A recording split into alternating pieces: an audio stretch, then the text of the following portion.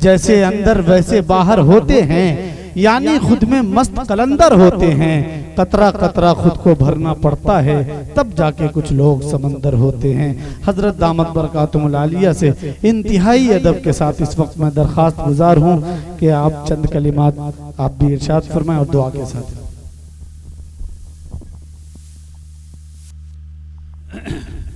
بسم اللہ الرحمن الرحیم، الحمد للہ رب العالمین، والصلاة والسلام على سید المرسلین وعلى آلہ وصحبہ اجمعین، اما بعد۔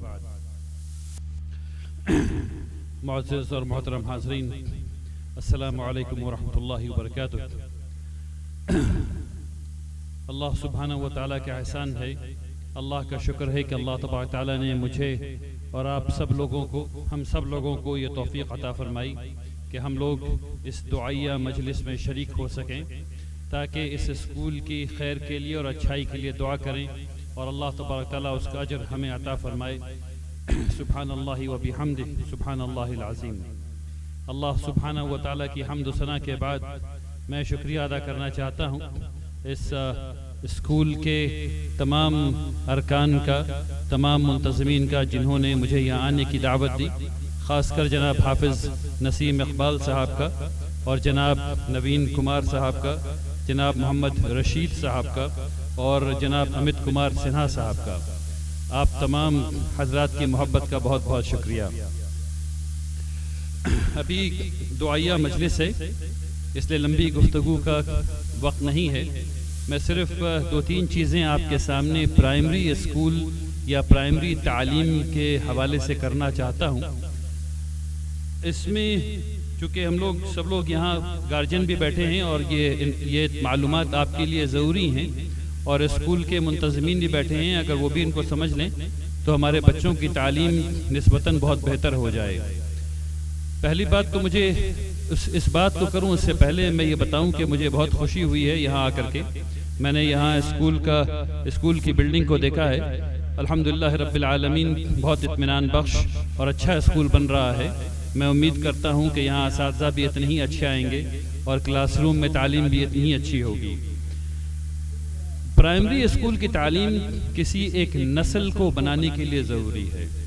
اس کو اس طرح سمجھنا چاہیے کہ پرائمری اسکول میں یعنی 5ویں جماعت تک کی پڑھائی اگر آپ کروا دیں اور وہ بچہ 5ویں جماعت تک کی کتابوں کو پڑھ کر کے سمجھنے کے لائق ہو جائے، شرط یہ ہے، شرط 5ویں جماعت نہیں ہے، 5ویں جماعت تک کی کتابوں کو پڑھ کر کے وہ سمجھنے لائق ہو جائے، تو اس کی اگلی نسل میں 90% چانس یہ ہے کہ اس کا بیٹا اور بیٹی انڈر گریجویٹ یعنی B A, B S C, M A, M S C کرے گا ہی کرے گا۔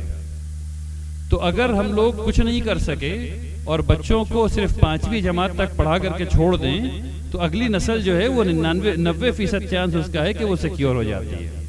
تو یہ اسکول ابھی 8ویں جماعت تک پہنچا ہے، اس لیے مجھے اس سے بڑی اچھی توقعات ہیں۔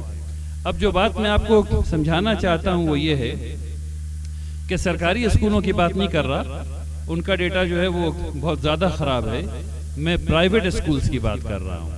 پرائیویٹ اسکول کا ڈیٹا کچھ اس طرح دکھتا ہے کہ تیسری جماعت میں جو بچے پاس ہو رہے ہیں اس میں 50.2%، 50.2% بچے اپنے لیول کی کتاب کو نہیں پڑھ پا رہے ہیں، وہ دوسری جماعت سے نیچے کی کتاب بھی نہیں پڑھ پا رہے ہیں۔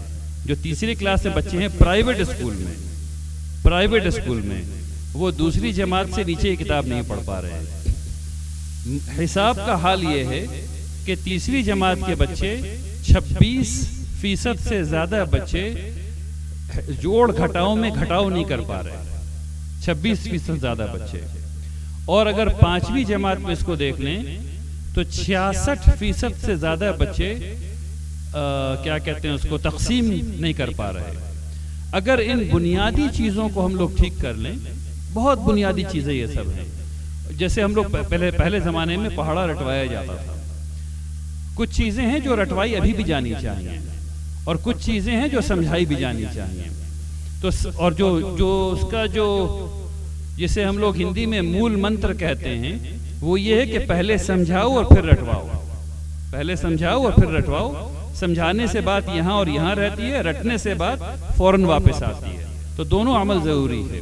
تو جو گزارش آپ لوگوں سے کرنا ہے وہ یہ کہ پورے علاقے کے بچوں پر دھیان دیجئے کہ وہ پرائمری کی تعلیم جو ہے وہ حاصل کر رہے ہیں یا نہیں کر رہے ہیں، اور اگر وہ حاصل کر رہے ہیں تو اس کا جو مقصد ہے وہ حاصل ہو رہا ہے یا نہیں ہو رہا ہے۔ اب ہم لوگ دعا کرتے ہیں انشاءاللہ، آئیے سب لوگ دعا کریں کہ اللہ تبارک تعالیٰ اس اسکول کو خوب برکت عطا فرمائے، اس کے اغراض و مقاصد کو نیک رکھے، اور اسے بہترین منتظمین عطا فرمائے، بہترین متعلمین عطا فرمائے انشاءاللہ۔